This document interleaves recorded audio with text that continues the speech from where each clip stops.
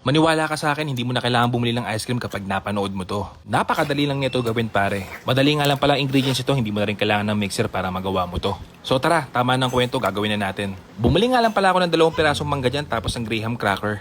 Simulan natin itong video sa paghihiwa ko ng mangga. Tapos hiniwa-hiwa ko lang siya ng pa-square-square kagaya niyan. Tapos kunin mo yan tol, kutsarain mo, tapos iset aside mo.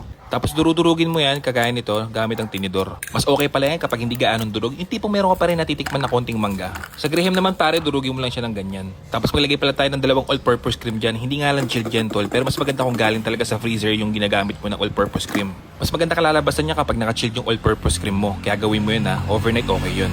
Mango flavor pala yung ginamit ko dyan na condensed milk pare, may kita mo yan sa mga grocery stores. Kapag ganyan ang consistency niya pare, okay na yan tol. Nakulangan pala ako sa kulay dyan kaya nagdagdag ako ng food color. Kulay dilaw yung ginamit ko dyan. Tignan mo naman, di ba? Kumukulay na siya. Ice cream na talaga yung labas niya. Nilagay ko na pala yung mango puree na ginawa natin kanina tapos itong crackers. Tapos haluin mo lang para ma-mix lahat ng ingredients. At para ganap na ganap yung ice cream natin, ilalagay natin siya sa ice cream tub. Tapos magda-toppings tayo ng konting mangga dyan pare. Nasa sayo pala kung gaano karami pero mas okay kung marami lalagay mo. Lasang-lasa kasi. Tapos ilagay mo sa freezer for 6 hours. At syempre ito na yung best part pare. After 6 hours titikman na natin yan. Tignan mo naman. Ganap na ganap yan pare.